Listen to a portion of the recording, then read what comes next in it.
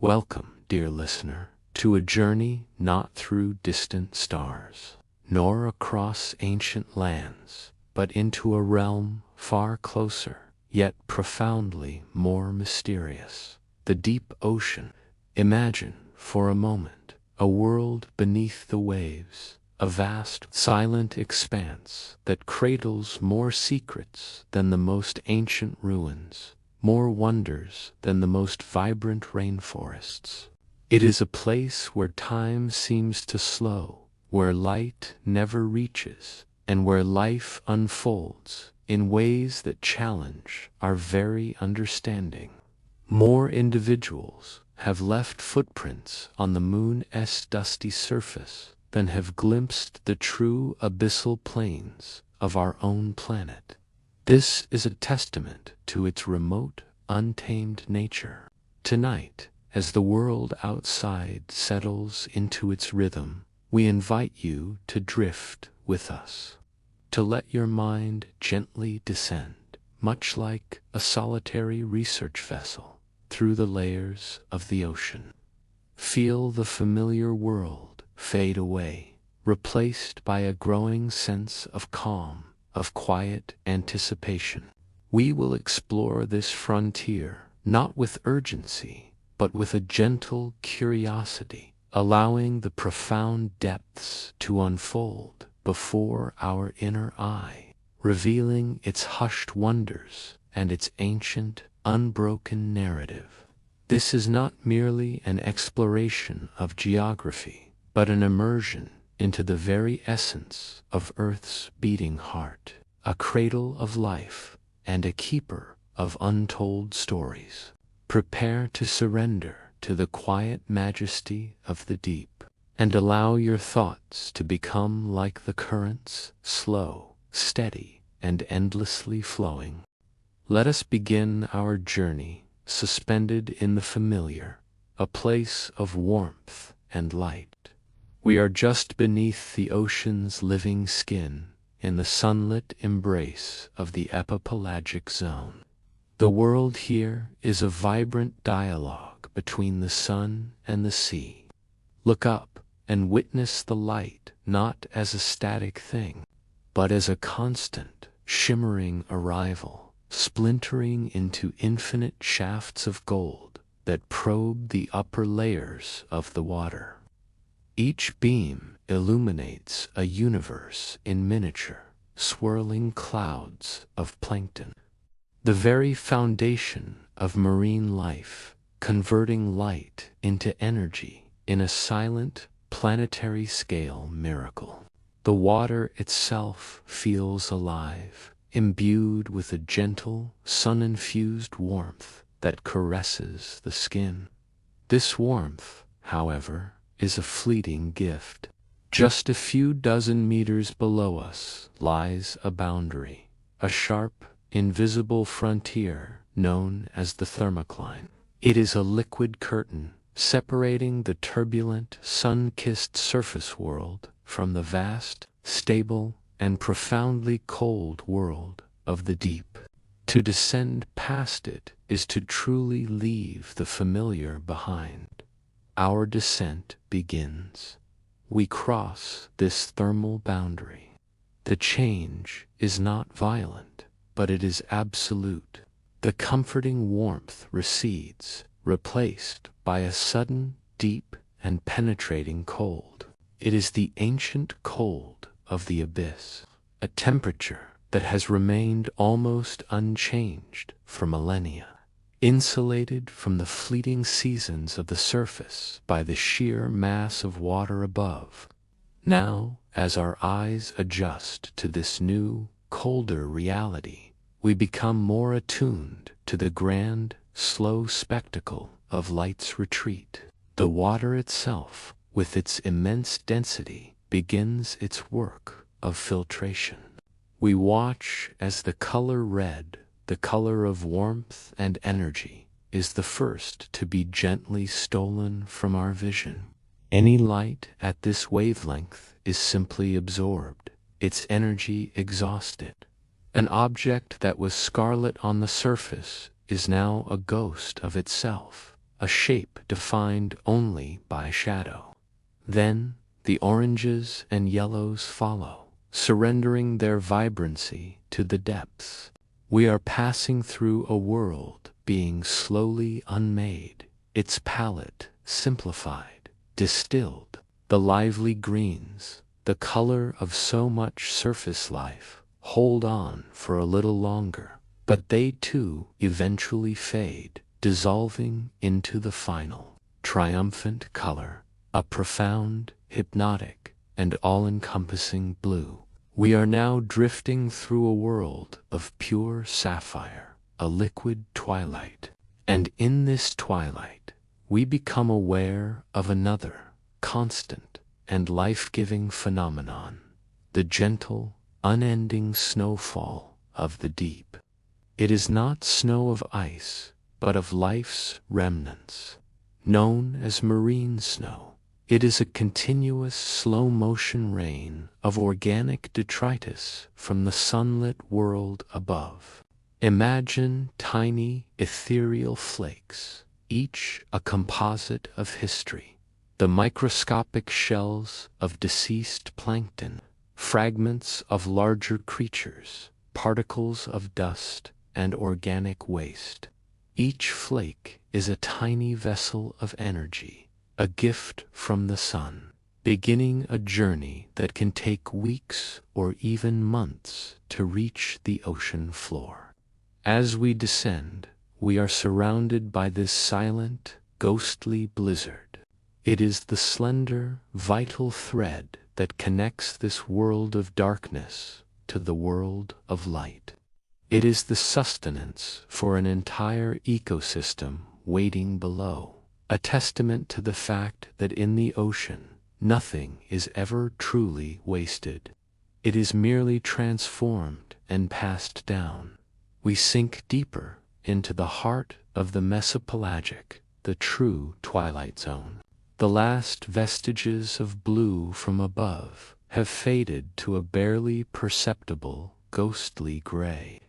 It is here, in this immense, dimly lit volume of water, that the greatest migration on our planet occurs every single day in utter silence. As dusk falls on the surface far above, a signal is received, the fading of the light end. Krill, copepods, jellyfish, and countless species of fish rise from the depths, a silent, vertical river of life, moving towards the relative bounty of the surface waters to feed under the cover of darkness. The entire water column becomes a slow, upward-moving current of living beings. And then, as dawn approaches, the migration reverses. Before the first rays of sun can penetrate the waves, this vast biomass retreats, sinking back down into the safety and darkness of the deep. This is the quiet, rhythmic breath of the ocean's heart, a pulse of life on a scale that is difficult to comprehend. A daily cycle that has continued for eons, shaping the very chemistry of the planet. As we reach the lower boundary of this twilight kingdom, the darkness becomes near to Talo. The last photon of sunlight has been defeated, and with the absolute absence of light comes the absolute presence of silence and pressure. The silence is no longer just an absence of surface noise. It is a fundamental quality of the environment. The water molecules, packed so tightly together under immense pressure, are a poor medium for the sounds we know. It is a silence that feels like a substance, a weight, and the pressure itself is now a colossal force. It is the cumulative weight of the entire ocean above, a force that would crush metal, yet here it is simply the normal state of being. The creatures are not armored against it. They are infused with it. Their bodies, often lacking bones or rigid structures, are fluid and yielding. Their very cells are in equilibrium with the world outside. They do not fight the pressure. They are a physical expression of it. To exist here is to understand surrender not as weakness, but as a form of perfect, harmonious strength. We have left the world of light and air, and have fully arrived in a realm governed by a different set of eternal laws. We have now settled into the perpetual night of the bathypelagic zone. The journey downwards is complete. What remains is a state of being, a suspension in an endless, tranquil void. The very concept of direction of up or down becomes abstract, felt only through the gentle hum of our vessel, not perceived by the eye. The darkness here is a physical presence. It is a thick velvet cloak that absorbs all thought, all urgency. It is a silence so profound that the faint internal rhythms of your own body might seem like the only sounds in the universe. In this realm of absolute sensory stillness, one might expect nothing. But it is precisely this perfect blackness that allows for the ocean's most subtle and profound art form to reveal itself. It begins as a question in the corner of your vision, a faint, impossibly soft glimmer, like a distant star being born and dying in the same instant. You wait and watch the emptiness, and then it appears again, this time closer. A gentle pulse of ethereal blue-green light. Soon another joins it, and another, until the void is no longer a void, but a living starfield. This is bioluminescence, the silent language of the deep.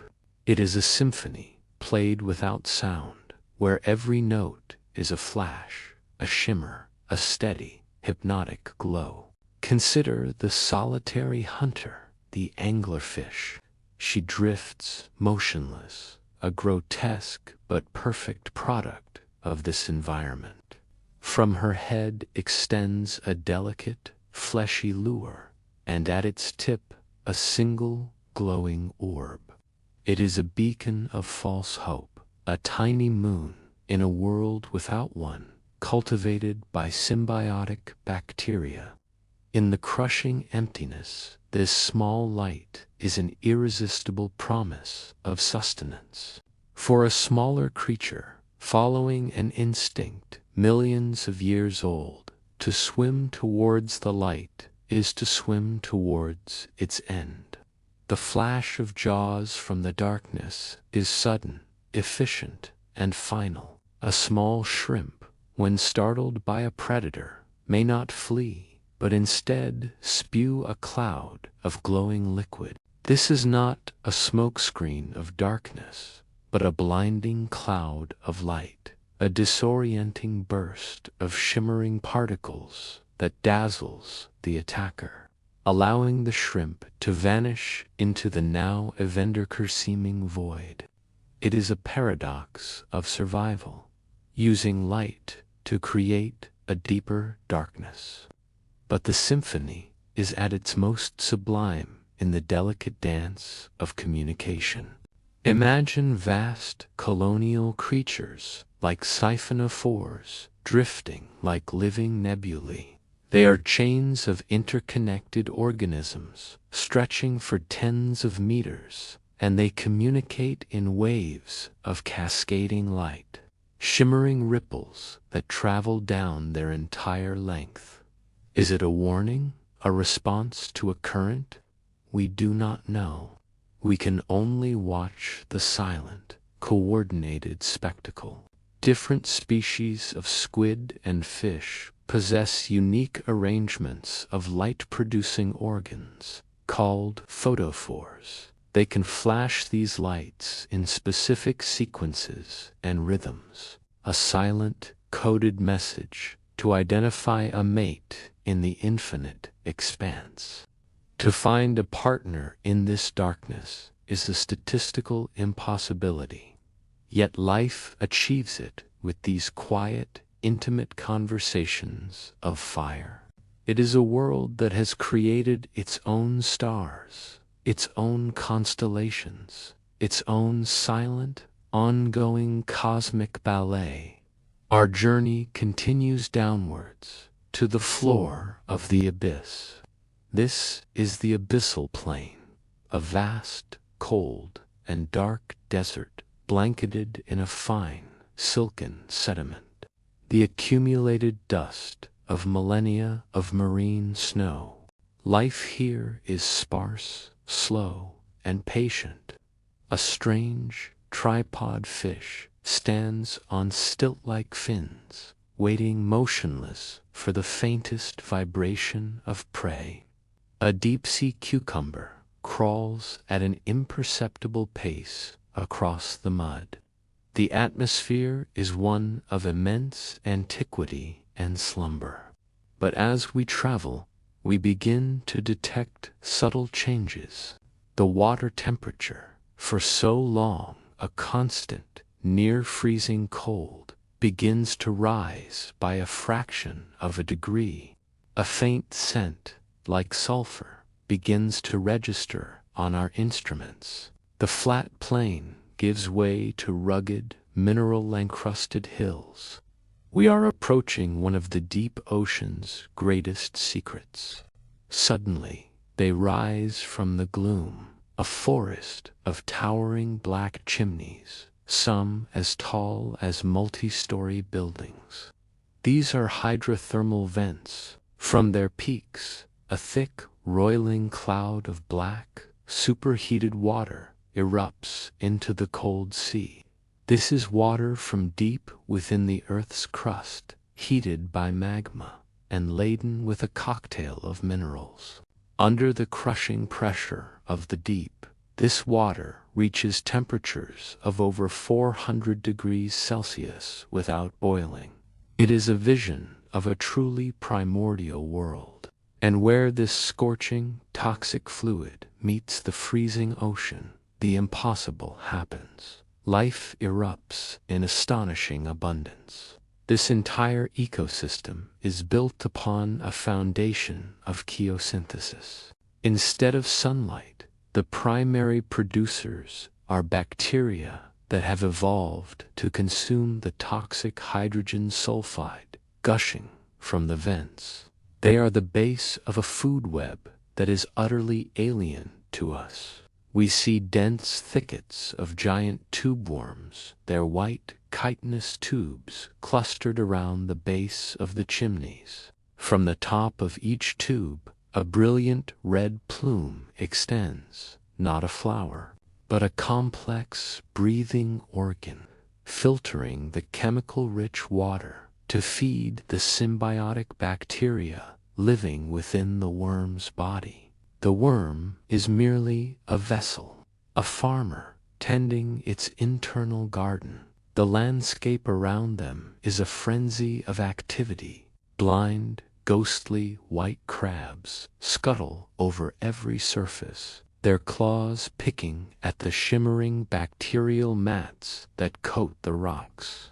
Swarms of pale shrimp congregate in the warm, shimmering water. Strange, eel-like fish, perfectly white, navigate the heat haze. This is not just a collection of animals. It is a self-contained city of life, powered not by the distant, gentle sun, but by the raw, violent geothermal energy of our planet's fiery core.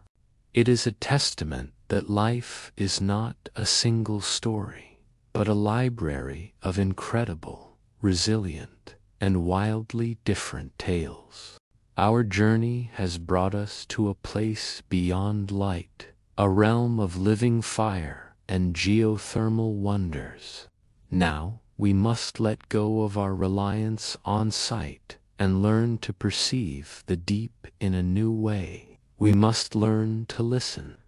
The deep ocean, which is an insurmountable barrier to light, is a near-perfect conductor of sound.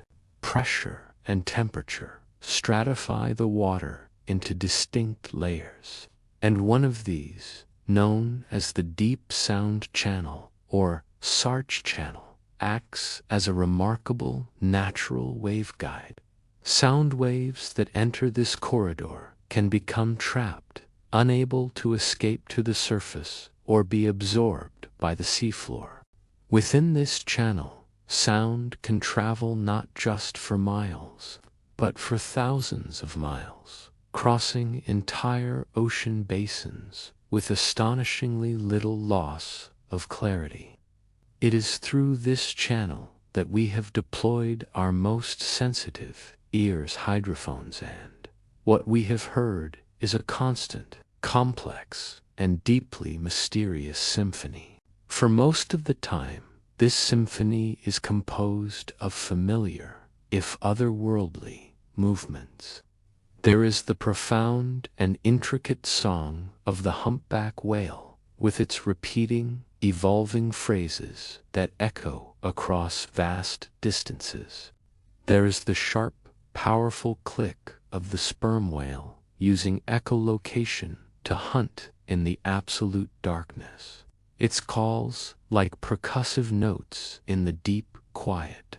In certain regions, we hear the low, persistent rumble of hydrothermal vents, the sound of the Earth's inner fire meeting the sea, and underlying it all is a constant, gentle crackle, like static, which is the collective sound of millions of tiny shrimp snapping their claws. This is the known soundscape, a world of geological groans and biological conversations. But in 1997, a new sound was heard, a note that did not belong to the known composition, a note so powerful and strange that it silenced all other speculation. Recorded on arrays of hydrophones scattered across the Pacific, it was a sound of immense power and baffling origin. Its official designation is a string of coordinates and numbers, but it earned a simpler, more evocative name, the Bloop. It was not an explosion, nor a machine, nor a simple geological event. It was a deep, resonant, and organic-sounding reverberation that rose in frequency over the course of a minute. It sounded less like a thing that had happened, and more like a being. The most perplexing detail was its sheer amplitude. It was one of the loudest underwater sounds ever recorded, and its signal was traced across a staggering 5,000 kilometers of open ocean. Analysis of its acoustic profile suggested that it could have been made by an animal. But for that to be true, the creature would have to be of an impossible scale, dwarfing even the blue whale, the largest animal to have ever lived on this planet. For over a decade, the mystery of the Bloop remained a tantalizing whisper from the unknown. It became a touchstone for our deepest curiosities about what we have not yet discovered. The sound seemed to give credence to ancient myths of sea monsters, of krakens and leviathans slumbering in the unplumbed depths. It was a single, powerful piece of data that suggested the map of life was not yet complete. But as our understanding of the planet grew, so too did our understanding of its voice. The most likely culprit, it is now believed, was not biological, but cryoscientific. The Bloop was an icequake, not the gentle cracking of sea ice, but the titanic, world-shaking groan of a colossal Antarctic glacier fracturing and calving into the sea. The sound was the shriek of a mountain of ice, miles long, scraping and breaking against the bedrock of the continent. The monster was real, but it was made of ice and time. And yet, solving the riddle of the bloop did not make the ocean any less mysterious. It simply revealed the sheer planetary scale of its acoustics. The bloop is gone, but other sounds remain. There is the upsweep, a long train of narraband, upsweeping sounds that has been detected seasonally since 1991.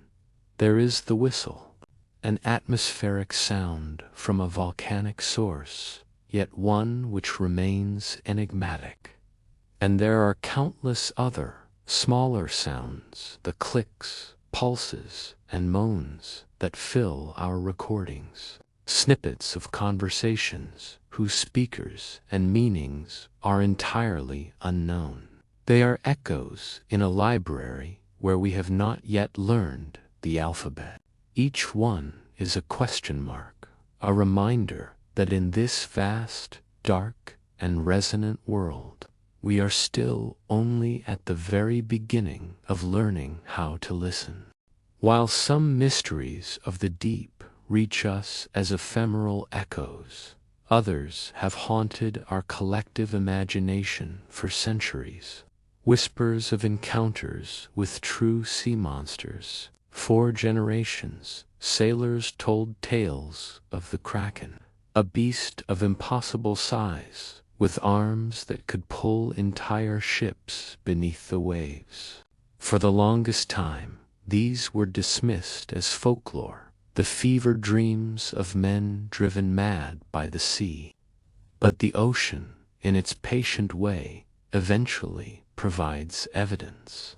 A giant tentacle washed ashore, strange circular scars, the size of dinner plates, found on the bodies of sperm whales, hard, parrot-like beaks, indigestible and immense, discovered in the stomachs of these great predators.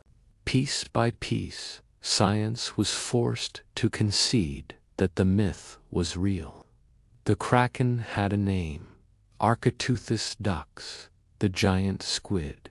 To contemplate the giant squid is to contemplate a phantom. For all our technology, this animal has remained one of the most elusive creatures on Earth. It lives its life in the crushing dark, a silent hunter of the twilight and midnight zones. We can only imagine its form drifting in the blackness, a body of immense length propelled by a gentle jet of water with two vast, intelligent eyes, the largest in the animal kingdom, designed to gather the faintest sparks of bioluminescence, the last whispers of light in its world. Its two longest tentacles can lash out with incredible speed to snatch prey from the water, their ends covered in powerful, toothed suckers. For over a century, our only knowledge of this animal came from these dead fragments and the stories etched on the skin of whales. And yet, the giant squid is not the only titan. In the frigid, unforgiving waters of the Antarctic lives its cousin, a creature of even greater legend, the colossal squid, Mesonicoteuthis hamiltoni. While perhaps not as long as the giant squid, it is far heavier, far more robust. It is a creature of pure power, built not for speed, but for ambush. And its arms and tentacles hold a terrifying distinction. Alongside the suckers, they are armed with sharp, swiveling, razor-sharp hooks. This is a predator designed to grapple with the largest of prey, including the sperm whale itself. The battles that must take place between these two titans, thousands of feet down in the absolute, freezing darkness, are almost beyond our ability to conceive. A silent slow motion, ballet of giants, a conflict known to us only through the deep scars and wounds left on the whales who survive. The profound elusiveness of these creatures begs a humbling question. If an animal the size of a bus can live in our oceans and remain almost entirely unseen, what else is down there? This question brings us to the greatest mystery of all, the ocean itself. We are, by nature, terrestrial creatures. Our maps are of land, our frontiers are defined by coastlines. But this is a profound bias. The deep ocean represents over 95% of the living space on our planet, and yet over 80% of it remains entirely unexplored, unmapped, and unobserved. We have more detailed maps of the surface of Mars and our own moon than we do of the seafloor of our home world. Imagine the landscapes that lie sleeping beneath this veil of water. Entire mountain ranges, the seamounts that dwarf any on land, their peaks never breaking the surface. Trenches so deep that Mount Everest could be placed within them without its summit reaching the light. Vast, flat, abyssal plains, coated in the sediment of eons, that stretch for uninterrupted distances greater than continents. Within this unseen realm, countless species, millions of unique life forms, are believed to exist, having evolved in complete isolation under conditions of pressure and darkness that we can barely simulate. May not be a single creature or a strange sound, but its own immensity. It is the last, true, uncharted wilderness. A realm not on a distant planet, but beneath our feet, reminding us, with its profound and patient silence, of how much is still left to wonder. Our long, slow journey has taken us from the sunlit surface to the crushing, absolute darkness of the abyssal floor. We have witnessed a world of living light, explored oases powered by the Earth's inner fire, and listened to the unsolved whispers of the deep. It is easy to perceive this world as alien, as a separate and remote kingdom governed by incomprehensible rules. But the final, and perhaps most profound, secret of the deep ocean is that it is not separate from us at all. It is our origin. It is the cradle from which all life on this planet, including our own, was born.